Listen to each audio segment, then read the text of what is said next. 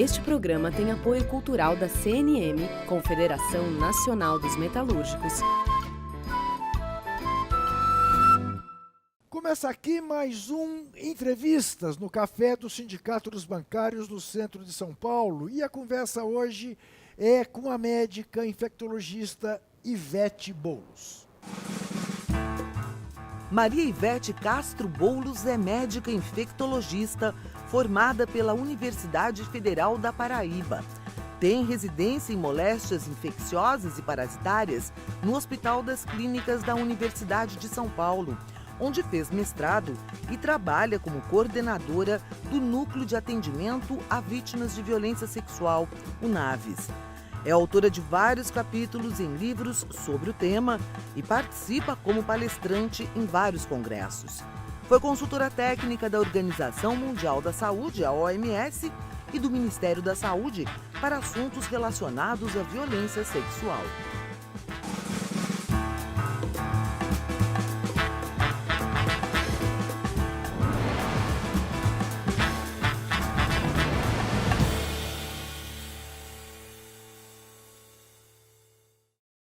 Para fazer este programa estão conosco Luísa Okooka, dirigente do Sindicato dos Condutores de Guarulhos e Arujá, e também Rogério Giannini, psicólogo, membro conselheiro do Conselho Nacional de Direitos Humanos.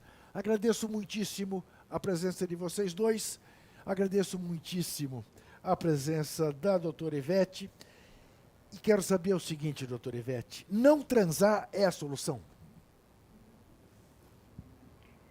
É um prazer estar aqui falando de um tema tão atualizado e tão importante, né?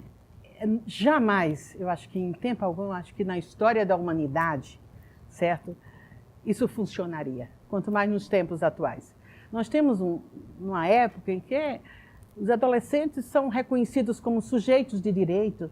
As políticas públicas que têm que ser encaminhadas para eles não podem ser unilaterais, eles têm que participar desde, certo? Como vai conduzir, como acontece o planejamento, a execução, a continuidade, certo? Eles têm direito disso.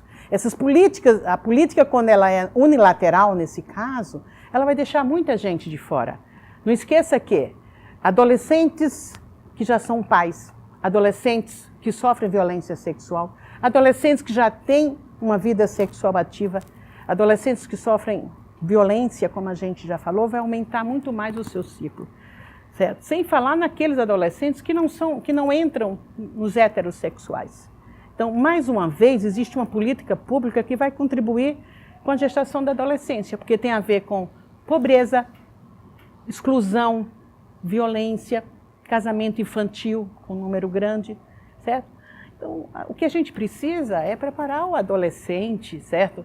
Num panorama, num cenário multiprofissional, multissetorial, em que haja médicos capacitados e competentes, pediatras e outras especialidades, junto com psicólogos, junto com o pessoal do programa social, para preparar esse adolescente para ele ser responsável nas suas atitudes, não só de comportamento sexual, certo? Mas e dar conhecimento e educação para ele.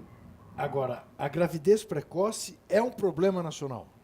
É um problema grande, certo? E tem muito a ver com, já é bem reconhecido, certo? Até em trabalhos científicos bem conduzidos, não citado isoladamente, mas os trabalhos bem conduzidos mostram, certo? Uma ineficácia em relação a um setor unilateral, exclusivo com isso. Então, onde estão as informações sobre os vários métodos anticonceptivos, certo? Onde estão a educação sexual das escolas, em que crianças e adolescentes precisam ser informados do que é um abuso sexual. No nosso serviço, algumas vezes recebemos de escolas crianças que no meio de uma palestra, num pátio imenso da escola, falando de abuso sexual, do que se trata, certo? Um menininho de 8 anos levanta a mão e disse: é isso que acontece comigo, só que eu não sabia que era esse nome. Então, muitas vezes, até adolescentes e jovens não têm ideia que são vítimas de violência. Eles não têm ideia a violência que circunda, como a gente vê aí os dados, né? adolescentes, crianças, adolescentes, mais meninas, né? Em ambiente de casa e com pessoas conhecidas. Antes de passar para Luiz e para o Rogério, doutora Ivete, o que a senhora está dizendo em bom português é que, ao contrário do que se tem pregado na esfera federal, mais do que nunca é necessário a educação sexual nas escolas desde cedo. Desde cedo. Desde cedo. Certo? É assim, com a participação dos pais em todos os níveis socioculturais. Porque isso se torna, às vezes, certo, um privilégio de certas famílias que têm uma educação com isso. Isso tem que ser uma política pública, certo? De todos os setores, em que haja o indivíduo, a sua família, tem uma interação com a comunidade e as políticas públicas. Por que as escolas fecham no fim de semana? Não seriam as escolas um bom momento e um bom local para que eles se encontrassem, não só para fazer educação sexual, mas para fazer seus esportes, certo? Fazer as suas danças sem terem risco de serem eliminados, né? Então, é o lugar que tem que se oferecer para eles. Não se esqueça que essa população mais comprometida é uma população de mais baixa renda. Certo? São eles que serão, mais uma vez, excluídos das políticas públicas. Luísa. Olha, doutora, tem se acompanhado num recorte do feminismo, das lutas das mulheres por direito, ao longo de vários séculos, desde as fábricas, onde as mulheres substituíram seus esposos em guerra, até a queima dos sutiãs e a briga por uma liberdade, a luta por uma conquista de ter a prioridade com relação ao seu próprio corpo.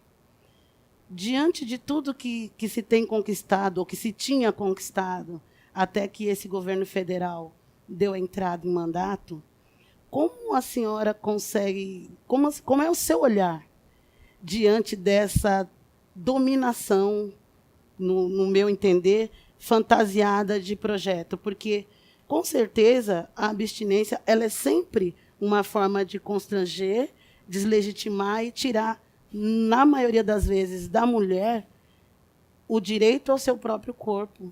Sim. E nós tínhamos avançado tanto, e hoje nos vemos num retrocesso constante, onde a ministra afirma que a abstinência é o único método contraceptivo 100% eficaz. Eu queria que a senhora falasse para nós sobre isso. Como você falou, é um grande retrocesso, certo?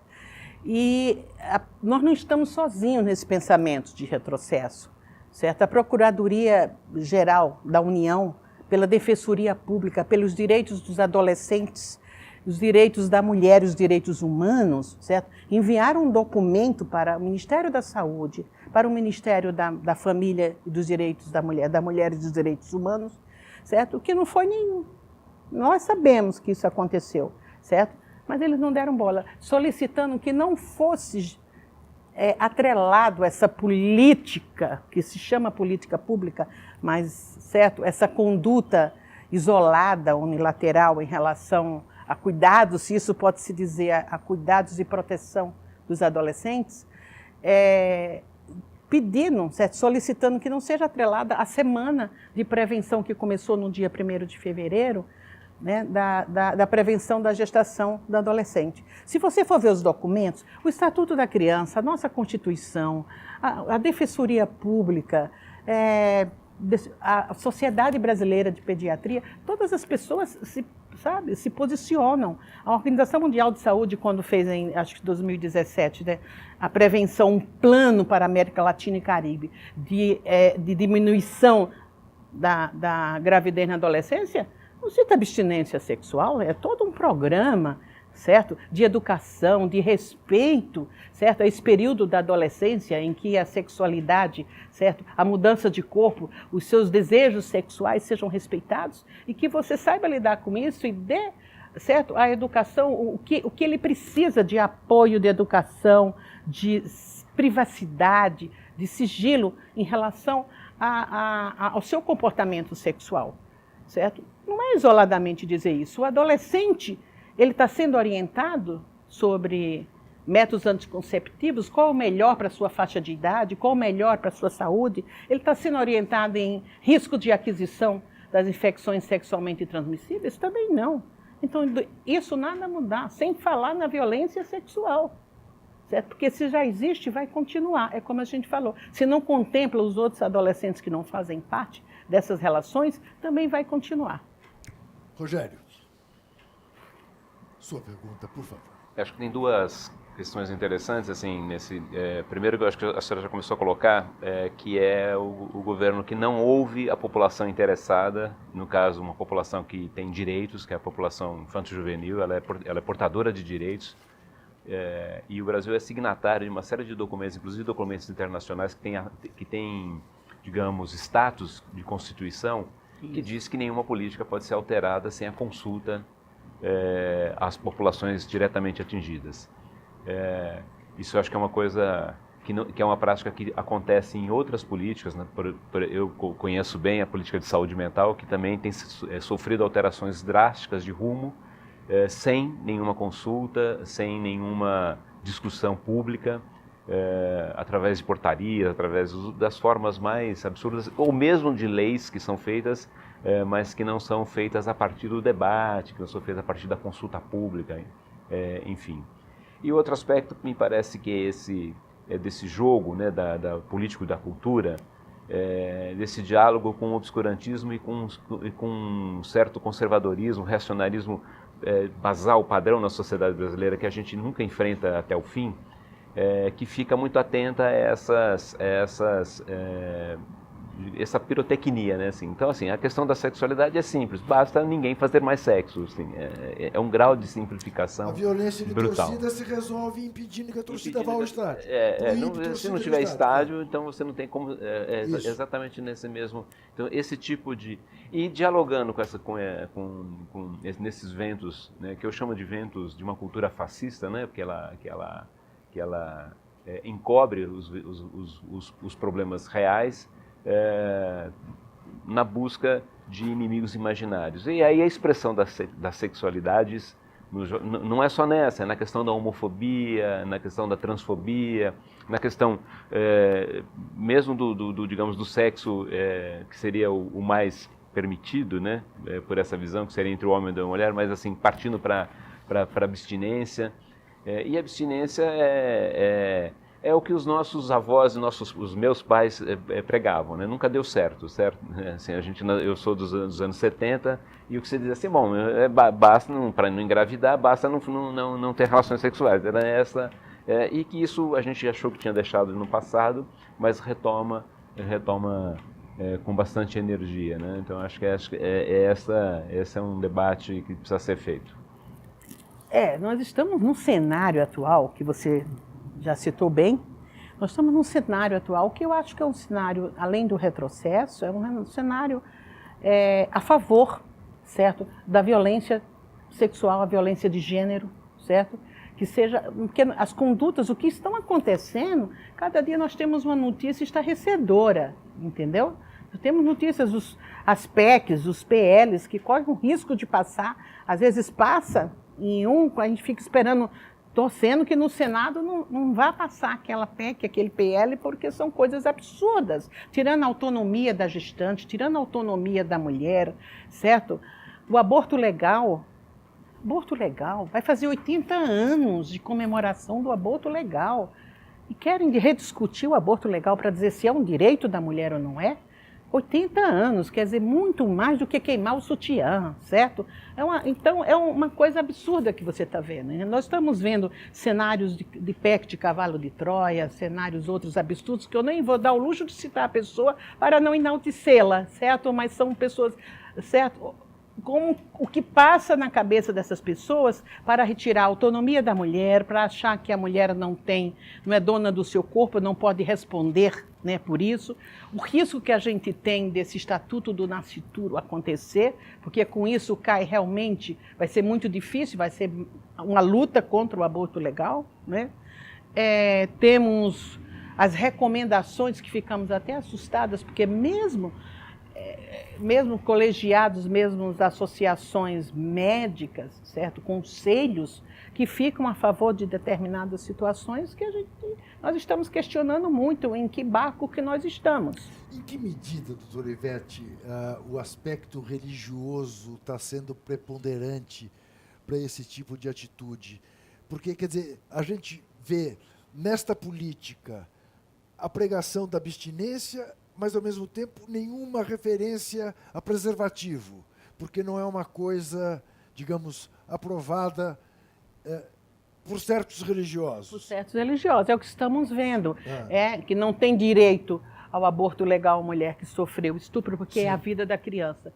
E nem se comovem com tantas crianças que morrem com um tiro perdido, com bala perdida, certo? Os nossos adolescentes que são exterminados na periferia, e no momento que a mulher está grávida de uma situação de estupro em que ela se sente, certo? Ela está constrangida, humilhada, ela já vai ter uma indicação, certo?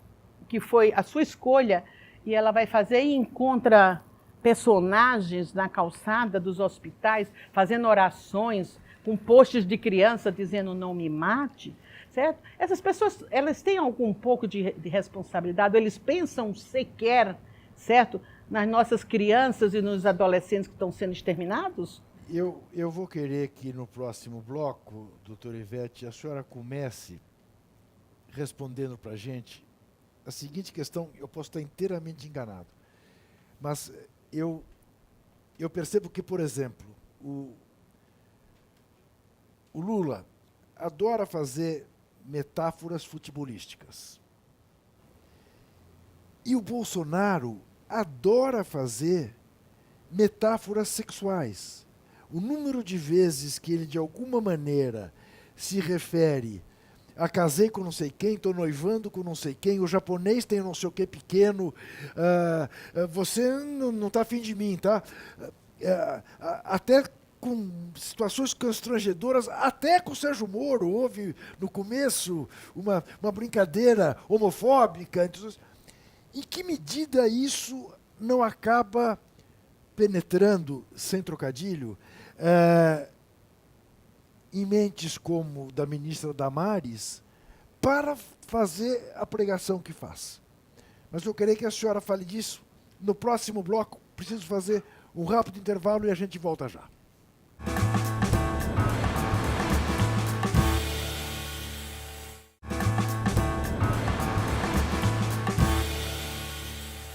Voltamos ao Café do Sindicato dos Bancários do Centro de São Paulo com o programa Entrevistas, conversando hoje com a médica infectologista Ivete Boulos. Então, doutora Ivete, nós temos um presidente obcecado com questões, enfim, que ele poderia guardar para si mesmo, e isto acaba, de certa forma, interferindo na ação da ministra Damares, que também tem a questão de fundo religioso posta de maneira muito arraigada, e isto acaba influenciando na política de prevenção, que seja o nome que tiver, que ela queira... A fala do sexo, né? A fala do sexo. A proibição do sexo. Isso. O sexo que pode ser dito numa brincadeira, da forma jocosa, é trabalhado de forma jocosa. Então, a gente pode... Como o sexo, como é feio isso. Então, nós temos aí Que nojo. Que nojo. Isto. Então, o que é que nós vamos fazer para que isso não aconteça, né? Que tal baixar uma lei, hein? Isso. Que tal uma recomendação? Né? Que não haja mais sexos, vamos falar assim. Não esquecendo que se eu tivesse um filho homossexual, eu preferia que ele tivesse morto. Lembre-se disso. Quer dizer, exato. As falas Isso. misóginas, homofóbicas, né, horrorosas. Então, mas eu acho que precisa ter o terreno para isso, né? Ele passa por várias pessoas lá dentro que não têm um comportamento da senhora ministra, entende? Ele tem outras falas com muitas pessoas para lá que não tem. Mas onde você planta, o que vai crescer, onde tem um terreno para isso. Encontrou um terreno adequado para isso. Infelizmente, a dupla deu certo. A dupla que, né, ela que vai como ministra.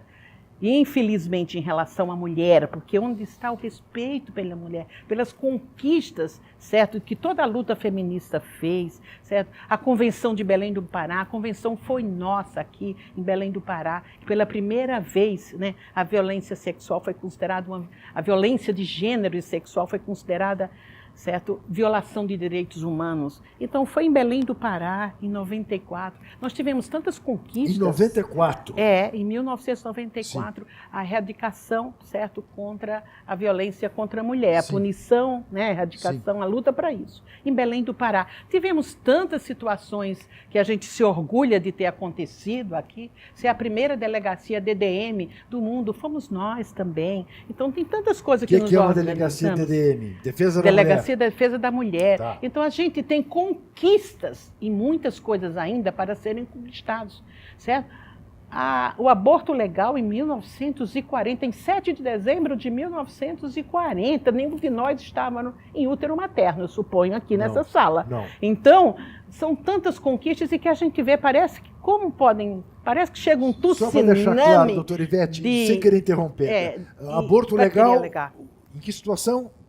Em situação de estupro, mulher que sofreu violência sexual. Ok, não, é só para deixar claro para as pessoas do que estamos falando. A senhora, mas eu a interrompi, siga o seu raciocínio. Tudo bem. Não, então, perante algumas conquistas que tivemos, certo, de lei, até recentemente, a lei da importunação sexual, que o estupro corretivo, que é uma coisa absurda, mas acontece, certo? Para aquelas pessoas, principalmente relacionadas à sua orientação sexual, é absurdo você falar em estupro corretivo, mas que existe, mas que tem uma penalidade bem maior. Então, temos conquistas, ainda estamos caminhando para uma organização melhor. Que é o estupro mas tivemos. corretivo? Quando é um estupro encomendado, vamos dizer assim. Quando um grupo encomenda o estupro para uma mulher, certo? Porque acha que ela não teve o comportamento adequado, certo? Ou devido à sua orientação sexual. Tá. Então, ele tem a pena no Código Penal é maior. Tá. Então, nós temos conquistas e a temos senhora tá ainda vendo muitos desafios. Estamos regredindo nisso tudo. Parece que agora está virando o mundo dos desafios. Nós temos um cenário atual que é estarrecedor. Nós ficamos muito preocupados agora se a lei realmente, se entrar essa lei, que no atendimento médico, que existe a ética médica, do Código de Ética Médica, de tudo, dos direitos humanos da Constituição, do Estatuto da Criança e do Adolescente, atender violência sexual e comunicar à polícia, o médico comunicar à polícia. Jamais comunicarei à polícia. Eu tenho o respeito ao sigilo e à privacidade do meu paciente e da minha paciente. Claro. Entendeu? Luísa. Eu queria pegar um gancho da doutora sobre essa questão de informar a polícia. A mulher vítima da violência, ela procura, primeiramente, a questão fazer os seus exames e tudo, pós-estupro. Quando é informada a polícia, não é, no caso, chega a ser um contrassenso, porque todas as mulheres que participam de lutas e buscas por direito, elas sabem como a maioria das mulheres vítimas de violência é tratada.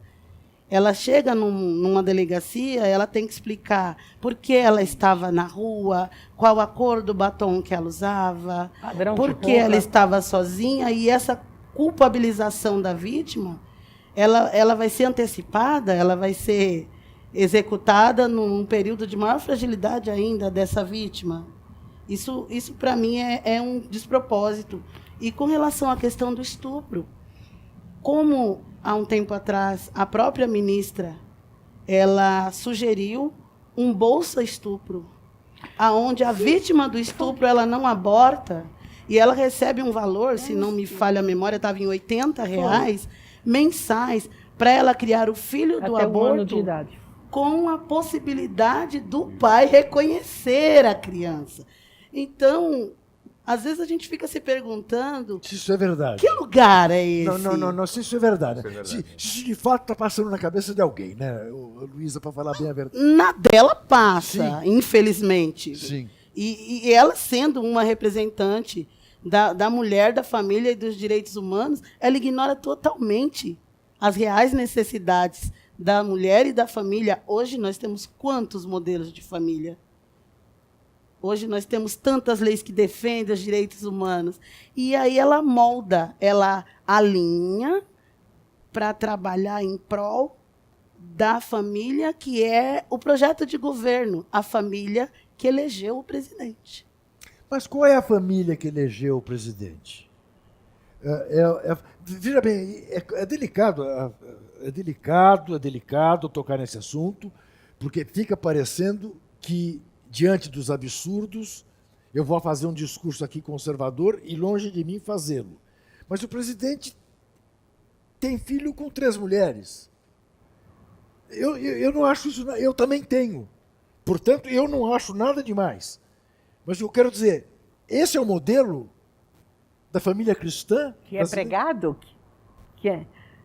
Olha, uma das coisas muito importantes que você falou em relação a isso, né? Mas eu acho que é decorrente de um despreparo, de uma falta de conhecimentos em relação a tudo isso, até historicamente, do que já se conquistou, do que existe agora, entende? Porque nós queremos, se tivesse uma reunião conjunta, vamos dizer assim, vamos fazer uma política pública referente a isso, né? Vamos trabalhar mais pessoas juntas. Eu não tenho ideia de quem são as pessoas que trabalham, certo? Nesse Ministério da Mulher, da Família, desses direitos, desse tipo de direitos humanos. Eu não tenho ideia. Porque se você tudo se faz, tudo tem uma histórica, tudo tem um histórico ainda que sabe, que às vezes precisam ser preservados. Vamos ver como vamos fazer, né, para colocar uma política nova, uma política, certo, que chame a atenção do adolescente, certo? Que permita com que ele entre em lugares em que ele é proibido entrar e que são lugares públicos diferenciados. Vamos chamar esses adolescentes para a saúde, certo? Muitos não querem vir. Tem tantos trabalhos que podem ser feitos. Tem exemplos de trabalho, certo, da prefeitura, quando teve um ano com a prefeita Erundina, que ganhou um prêmio, porque ela fez um atendimento de DST para adolescentes e que adolescente chamava os adolescentes. Os adolescentes levavam os outros adolescentes para a UBS, responsável pelo atendimento de DST. Entende? Então, você tem que fazer um trabalho muito bem organizado e saber trabalho sobre o comportamento, as mudanças que aconteceu de outras políticas, o que se tem de novo. Certo? Então, o que parece para nós é estarrecedor, certo? A situação atual nossa, certo? Em relação à saúde, em relação a condutas, né, isoladas praticamente, né? Tem trabalhos aí mostrando, uns trabalhos recentes que mostram o quanto é ineficaz uma política pública isolada de abstinência sexual para a prevenção de gravidez de adolescentes. Trabalhos bem conduzidos em outros países, randomizados, trabalhos que mostram que é totalmente ineficaz. Como a história conta, né? Porque assim, políticas de educação, etc., são muito recentes, inclusive na própria humanidade, né? E no Brasil, muito mais recentes ainda. E nós convivemos com esse problema historicamente há muito tempo, né? Então, assim, a história já provou que esse tipo de política não funciona. Mas eu estava querendo pensar 2 paralelos. Uma é que na política da questão das drogas, também a abstinência passou a ser a política oficial desse atual governo, desse atual Ministério da Saúde, né? Que vai dizer assim, bom, para resolver o problema do uso de drogas, ninguém usa drogas. Não se droga mais. Não se droga mais. Muito simples. Então, é simples. E a ideia é dos serviços, né? Que antes trabalhava com a redução de danos.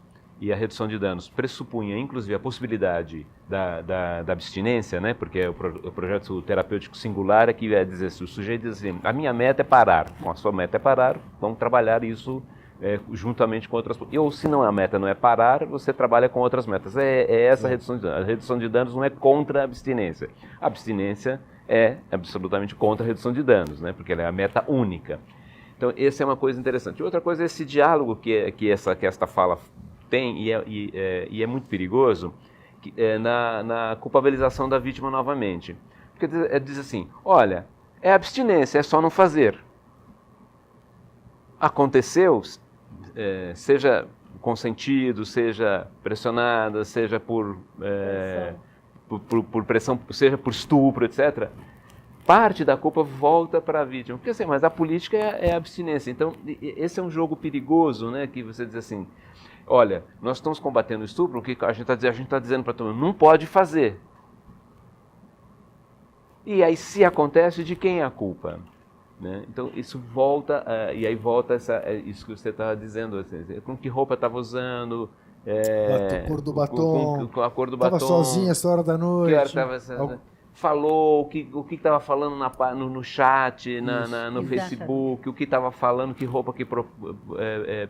Então, isso é um jogo muito perigoso, mas acho que dialoga muito com essa coisa difícil, que é a própria sexualidade, né, que é sempre um mistério, que nunca está resolvido, não está resolvido na adolescência, não está resolvido na fase adulta, não está resolvido, né, ou seja, nunca está resolvido, né, tá ajustado ao sujeito, está ajustado àquela cultura, mas não está resolvido, é sempre uma questão, a sexualidade é sempre uma questão. Você falou dos exemplos, eu acho ótimo esses exemplos, porque ele sempre pega a sexualidade a partir de uma certa perversão, a partir de uma coisa, aquilo que a gente pode rir daquilo que é um pouco feio, esquisito, disforme, né? É um pouco piada do que é feio, né? Rir da queda, rir do tombo, né? E nessa coisa da perversão me lembra o Milor Fernandes, que é um grande frasista, que ele diz assim, de todas as perversões sexuais, a que é mais esquisita é a abstinência. Ótimo mesmo, um tema para a gente poder dar uma risada nessa nossa situação. Mas o que vocês falaram, assim, nós chamamos de revitimação. A mulher a gente pergunta, certo? O nosso atendimento é multiprofissional, cada um faz o seu papel. E a assistente social sempre, certo, oferece todas as informações. Quer fazer um BO, tem a delegacia da mulher, quer um outro BO que tem na delegacia. Ela oferece, e as pessoas têm receio de ir até na delegacia da mulher, as mulheres, certo? Porque se ela for numa delegacia comum, certo, ela vai ser revitimada mesmo. Ela vai ouvir piadinhas a respeito do que aconteceu, certo? Ela vai ser banalizada, ela vai ser questionada. A senhora tem certeza mesmo que foi assim? Essa pergunta, para quem está humilhada, constrangida, certo? Ninguém tem ideia do que é um crime contra a dignidade sexual. Parece que está lidando com o que roubou a mochila, entendeu? Tem certeza que a sua mochila estava mesmo no banco de trás do carro ou no banco da frente? Então, elas relatam um sofrimento muito grande quando tem que fazer o boletim de ocorrência. Essas pessoas precisavam ser capacitadas para serem sensibilizadas, certo, ao atendimento, para ter mais sensibilidade ao atendimento.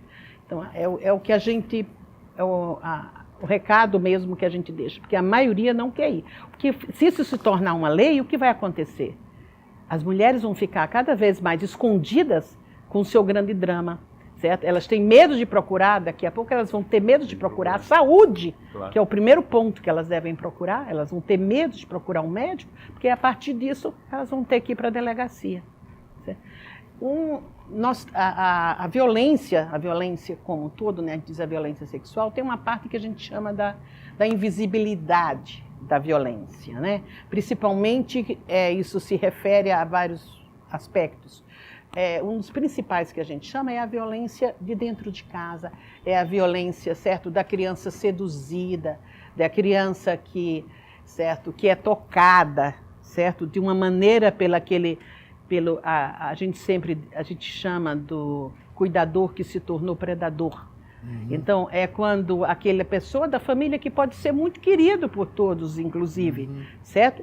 Mas que abusa daquela criança silenciosamente. No início, a criança ainda acha que pode ser um jogo, se for muito pequena, se não tem ideia de sexualidade.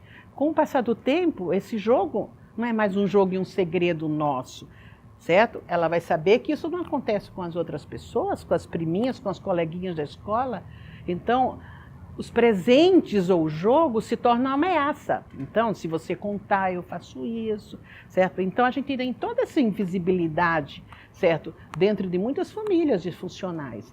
E uma das coisas que acontece, mesmo quando o agressor é que essa criança ela é desacreditada, certo? Porque, na maioria das vezes, esse agressor quer continuar esse abuso, então não há penetração, mas ele manipula a criança como um todo. E quando a mãe chega na delegacia, já teve mãe que voltou para a gente e disse assim, doutora, o delegado gritou tanto comigo porque ele abanava o papel que chegou do IML, dizendo que o ímen estava íntegro, porque na cabeça do delegado, a violência só acontece se houver uma penetração. Meu Deus! Entendeu? Então, minha senhora, a senhora fazendo um discurso aqui na delegacia, e sua filha não aconteceu nada. e balançando o papel, não aconteceu nada. A gente recebe criança de 6, 7, 8 anos com sífilis, que teve manipulação, não teve penetração, mas teve manipulação com material biológico, e essa criança adquire e fica o delegado balançando o papel, dizendo que não aconteceu nada porque o ímã está íntegro. Essa é a fala do delegado. Então a gente precisa modificar. Como eu posso, certo, atender uma paciente vítima de sexual e ser essa polícia que eu vou chamar, certo? Eu faço notificação. Eu faço notificação para o Ministério da Saúde através da ficha do SINAM, que é uma ficha de violência interpessoal, de notificação de agravos. Eu faço a notificação para a Vara da Infância e o Conselho Tutelar, porque para menores de 18 anos eu notifico, mas denúncia, jamais.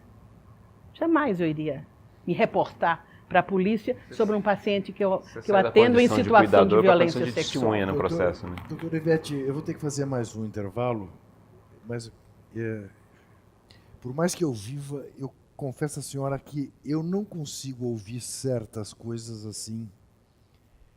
Não é, claro que não me surpreende, porque eu sei que existe, mas sem ficar chocado. Quando se dá um caso como este, de uma mãe com uma criança e de um delegado que, à luz do fato do ímã estar intacto, faz esse papel diante da mãe, isso tudo é relatado à senhora no seu consultório, no seu posto de atendimento. A senhora consegue dormir direito nessa noite, não? Essa pergunta eu escuto bastante. Eu imagino. Certo? Eu posso dizer uma coisa em relação ao nosso trabalho, que não é fácil. É um trabalho em equipe, sempre tem que ser em equipe quem atende violência sexual, cada um cumprindo o seu papel. Nós temos enfermeiras, assistentes sociais, psicólogas, e dentro da área médica a gente tem psiquiatra, gineco, infecto, pediatra, certo? Nós somos um grupo, certo, multiprofissional e que atende com o mesmo olhar, né? Que a gente tem, o nosso lema é esse: ter a mesma fala e olhar, saber ouvir, jamais duvidar. Que a gente se fala, porque realmente as histórias de violência, elas são atreladas facilmente a outros padrões de violência, de negligência, de fome, de violência doméstica, certo? De drogas, de uso de drogas. Então, as histórias não são histórias bonitas, a gente sempre fala. São histórias fortes, entende? E o nosso ambulatório, lá no Hospital das Clínicas, é um ambulatório didático, que eu faço com os residentes e a gente faz uma discussão, embora só entre 2 pessoas da sala, mas a discussão é em grupo, com toda, para cada um, né, dar a sua opinião e a gente chegar o melhor para aquela paciente, melhor para aquela pessoa. E os residentes às vezes fazem: ai, doutora Ivete, eu não sei se eu vou conseguir entrar na sala. E eu sempre falo para ele assim: eu tive uma formação em relação para a violência sexual, porque a minha especialidade era infectologia. Quando chegou na época de fazer as prescrições da PEP, das profilaxias pós-exposicionais, situações especiais como de violência, precisava de infectologista. Eu já trabalhava com mulheres, eu tenho um ambulatório grande de mulheres HIV. E então eu fui a pessoa que fui trabalhar, que fui fazer o treinamento, vamos dizer assim, a capacitação no Ministério da Saúde com pessoas maravilhosas, pessoas que estão hoje na Organização Mundial da Saúde.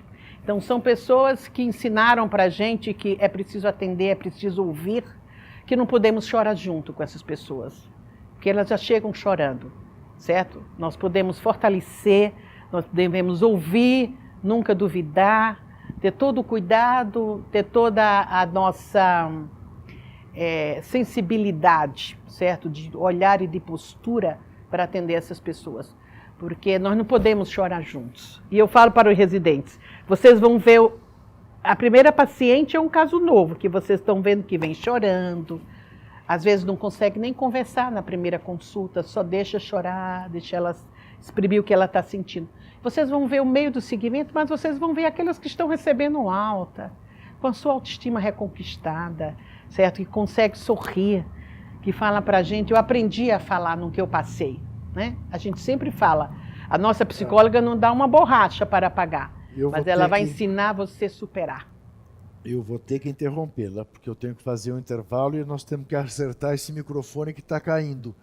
Mas, porém, contudo, todavia, ainda lhe pergunto, dorme direito, costuma ou não acostuma? Não é o costume. Quando eu lembro do que podemos fazer para melhorar a vida dessas pessoas, eu durmo. E nós já voltamos.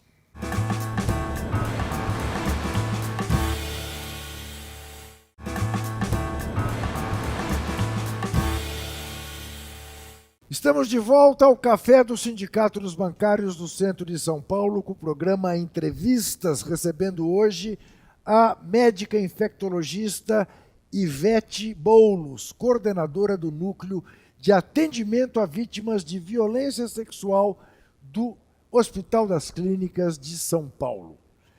Doutora Ivete, se eu não estiver enganado, e a minha diretora caríssima Isa Chedid também não estiver, ações similares às que a ministra Damares quer implantar foram adotadas nos Estados Unidos, no Chile e em Uganda. Quais foram os resultados?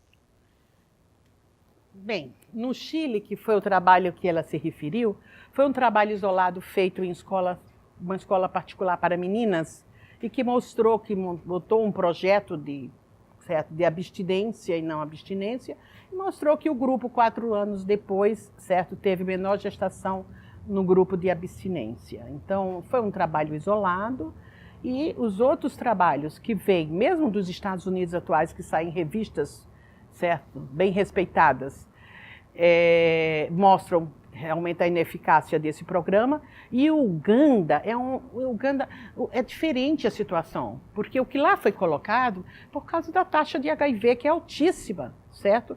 Em toda a África. Então, nós temos, eu sei que nós estamos atrás também da África subsaariana em relação à gestação da adolescente, entendeu? Mas os países como a Dinamarca, a Alemanha, a Suíça, a Suécia, eles têm educação sexual nas escolas obrigatória, era obrigatoriedade pelo governo, certo? Da instituição de educação sexual nas escolas, e eles têm as menores taxas de gestação de adolescência. Então a gente vê como funciona. Onde, em tese, ou aparentemente, a maior liberalidade no relacionamento sexual. Mas os adolescentes são bem informados Exatamente. Para que possam ter a sua vida sexual plena, porém sem a gravidez. É isso? É disso que nós estamos falando? Exatamente. Fazer propostas de educação, que eles participem no seu planejamento, na sua execução, no seu andamento, com respeito à sua privacidade, certo? Políticas anticoncepcionais com sigilo. Não é obrigatório o adolescente, certo, não ser atendido porque não está com a família para uma consulta de anticoncepção. Pode ser feita. No Estatuto da Criança está escrito, certo? É o respeito à condição que o adolescente tem, a sua postura, aprender a sua responsabilidade. É possível, doutora Ivete, definir uma idade ideal para a iniciação sexual? Se é com 15, se é com 16, se é com 17, se é com 19, é possível? Eu acho que o nosso psicólogo aqui vai me ajudar nessa resposta, porque isso é variado muito para cada. Para isso montamos aqui um conselho, entendeu? Né? Em que a Luísa e eu ficamos aqui meio. Não é, Luísa?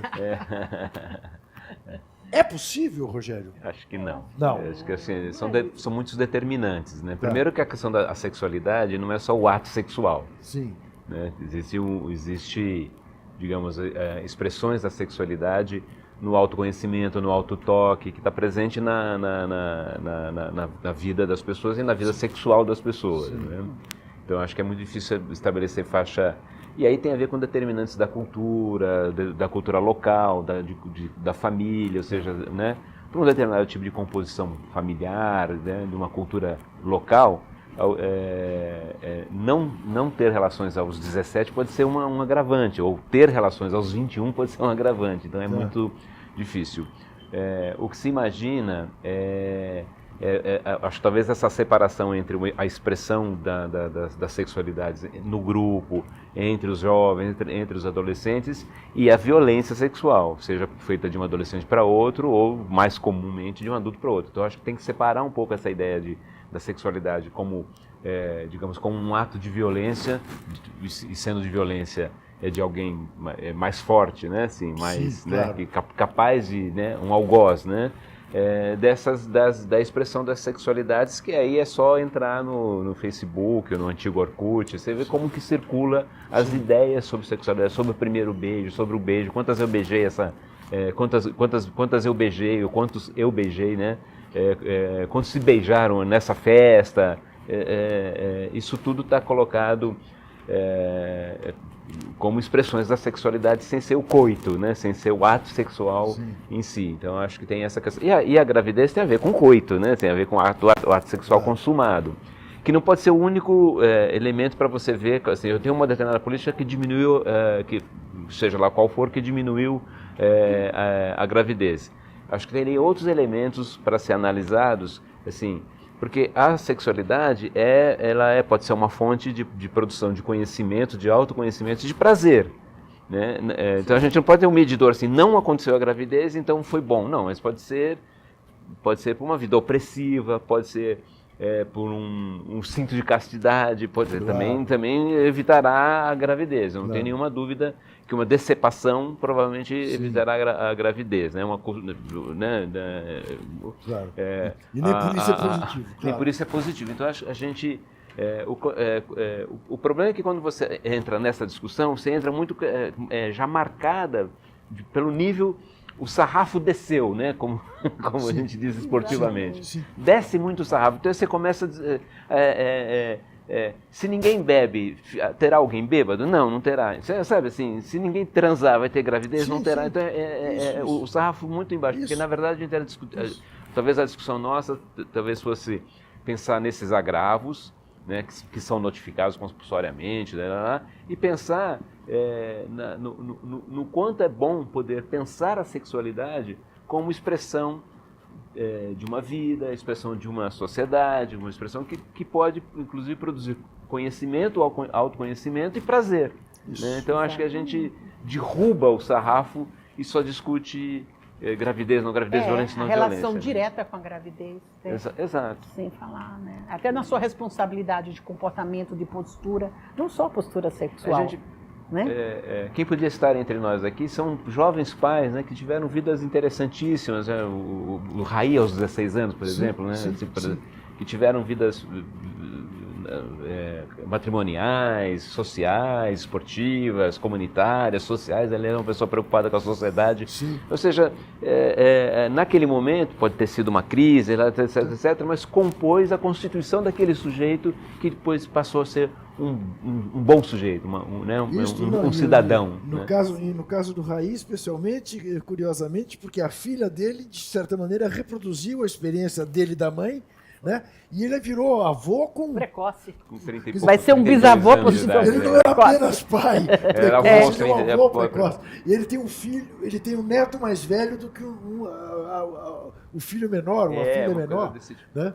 E isso não constituiu nem essa família como uma crise, como um problema, mas foi incorporado a ideia de que se pode experimentar a sexualidade, mesmo quando a gravidez, que às vezes não era exatamente a desejada, veio, ela ser reincorporada. Isso foi bem resolvido. Porque uma coisa é incorporar a gravidez não desejada, ou não planejada, não desejada é uma outra etapa, né? Ela pode ter sido não planejada, mas depois ela encontrou. Desejada, porque se ela não é um lugar de vergonha, né? Porque se eu acho que assim, a ideia é assim, no caso da própria gravidez, se ela não é um lugar de vergonha, se ela é um lugar de aceitação, etc., ela pode ser depois desejada, ela pode não ter sido planejada. Desde que não seja fruto, evidentemente, da violência, etc., como esse exercício absurdo de controle dos corpos, de controle das pessoas, que é esse de uma gravidez feita não só não planejada, mas feita por violência, por um ato violento, ter que ser suportada porque alguém acha que a vida é assim, que a vida tem uma primazia, isso é um discurso qualquer. A curiosidade da Luísa. Olha, no meu ponto de vista, o que ocorre é que foi um projeto criado para um nível federal, sem observar as especificidades de cada local. Aqui nós temos estados como o Rio Grande do Sul, aqui a própria capital de São Paulo, onde a juventude ela não tem uma vida ali que vai ao mesmo par e passo de Manaus, por exemplo. As meninas, os meninos, eles têm um outro nível de informação e de formação. A Organização Mundial de Saúde, ela fala da educação sexual desde a primeira infância, não para se tratar do sexo, mas para dar progressão ao autoconhecimento, para permitir que a criança se conheça e perceba abusos e perceba algumas coisas que, de repente, ocorrem fora do contexto e que a desinformação não permitiria que ela percebesse a tempo de parar aquilo e impedir que avance para algo pior. Então, diante de tudo isso, eu penso que tinha que ter sido uma campanha, se é que tinha que haver essa campanha, que ela desse conta, estado a estado, de acordo com cada situação, como, por exemplo, em Manaus. Em Manaus tem meninas que estão sendo abusadas a troco de um prato de comida. Isso é uma coisa que não poderia acontecer, mas parece que a preocupação é não praticar o sexo a nível nacional. É uma campanha surreal, é loucura. Ao invés de proteger a integridade física daquela criança, às vezes do sertão, que sabe que está errado, mas por uma precisão ela acaba fazendo aquilo, muitas vezes até para ajudar um irmão ou a própria família, ela está sendo também, mais uma vez, colocada à margem. Porque a preocupação, eu penso que é uma questão religiosa. Não tem como Estado laico querer fazer um pacote que inclui todo mundo no que um determinado preceito afirma ser o correto. Ainda mais no Brasil. É disso que se trata, né, Luísa? De vivências diferentes, né? Doutora Ivete, quer dizer, é a questão da confusão de um Estado que está deixando de ser laico, né? Está se tornando fundamentalista numa série de questões. Sim, numa série de posturas. Certo. Estamos muito assustados com isso. Falando em estar assustado e em ser punido, a senhora mesmo, em 2016, tentaram alijá-la do seu posto na Naves, não foi isso? No Naves, não. No Naves, não. Foi em outro local, no Núcleo de Direitos Humanos. No Núcleo de Direitos Humanos, isto. Mas isso foi revertido? Foi revertido, sim. Foi pedido desculpa e eu voltei. E eu estou até lá hoje, no Núcleo de Direitos Humanos, responsável pela parte de violência sexual da Faculdade de Medicina da USP. Tá. Quem tentou cometer tamanha injustiça? É muito difícil da gente dizer de onde vem, né? Porque é muito difícil de ser reconhecido, certo? Depois que acontece, né? Só que realmente foi uma situação difícil de lidar, mas eu recebi o apoio muito grande de todos os funcionários, das mulheres funcionárias, da ONU Mulheres, né, da USP Mulheres, de todos os alunos, de colegas, e a coisa reverteu com um ato de desculpa. Eu acho que a gente, quando luta, tem uma ênfase muito forte na fala, e realmente era as situações de estupro que estavam acontecendo na faculdade, entende? E que a gente estava lutando para que as universidades tivessem um papel muito importante, uma fala muito importante em relação a esse problema que é o abuso em campus universitário. É uma verdadeira epidemia que acontece, o abuso em campus universitário. Então, eu digo sempre assim, que as universidades elas não vão pôr o aluno agressor, certo? Elas não vão pôr o aluno agressor atrás das grades, mas ela pode decidir se quer ou não ter um aluno agressor nos seus corredores, certo? Compartilhando salas de aula, certo? Com seus colegas. E às vezes, apenas para exemplificar, um médico formado e que durante o seu tempo de estudante estuprou uma colega. Eu não quero ser atendido por esse médico. Eu não quero ser atendido por esse advogado. Eu não quero trabalhar ao lado desse jornalista. Eu não quero cobrir esse jogador de futebol. Porque há um limite, não? Ou deve haver? Para o cometimento de um certo tipo de crime. Vejamos aí na sociedade quando aparece, certo? Quando explode uma situação, né? Sim. Quando alguma mulher, no ímpeto de coragem, certo, que se sente amparada, certo, para falar, porque não é fácil elas falarem. Não, mas na hora que uma fala, o Me Too não foi à toa. Na hora que uma tem a coragem de falar, aí você vai ver a enxurrada atrás que aparece. E não é apenas uma mulher, né, doutora Ivete? Quantos garotos, quantos meninos não são vítimas de violência sexual e depois tem muita dificuldade em relatar que foram, não é? Os casos de pedofilia que a gente encontra na igreja, né? Sim, sim. Tem trabalhos mostrando, embora o agressor, no histórico do agressor, você pode encontrar muitas coisas. Você tem as filias, né? Você tem a doença, tem o estímulo sexual excessivo, tem as patologias que podem levar a isso, né? Mas tem aquele menino que sofreu violência sexual e que calou, que não foi tratado, não foi atendido e que ele tem um potencial, certo, de se tornar um agressor na vida adulta. Claro. Certo? Tem trabalhos mostrando o índice disso de crianças que sofreram violência sexual em torno de 12 anos de idade, com agressor conhecido, que isso é o grande drama. O agressor está dentro de casa, certo?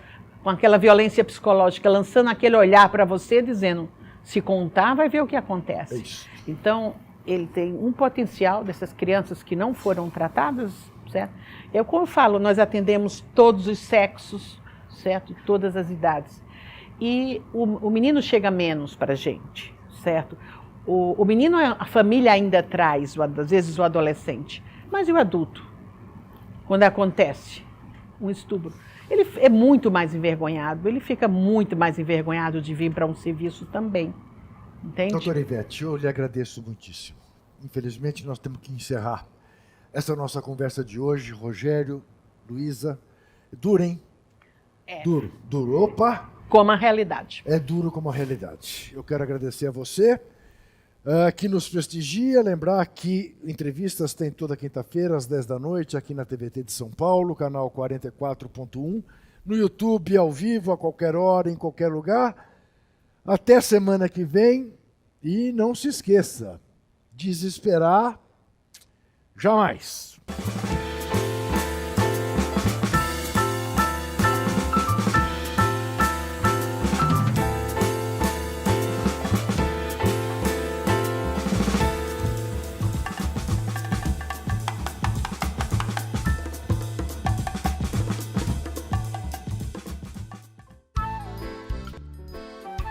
Este programa tem apoio cultural da CNM, Confederação Nacional dos Metalúrgicos,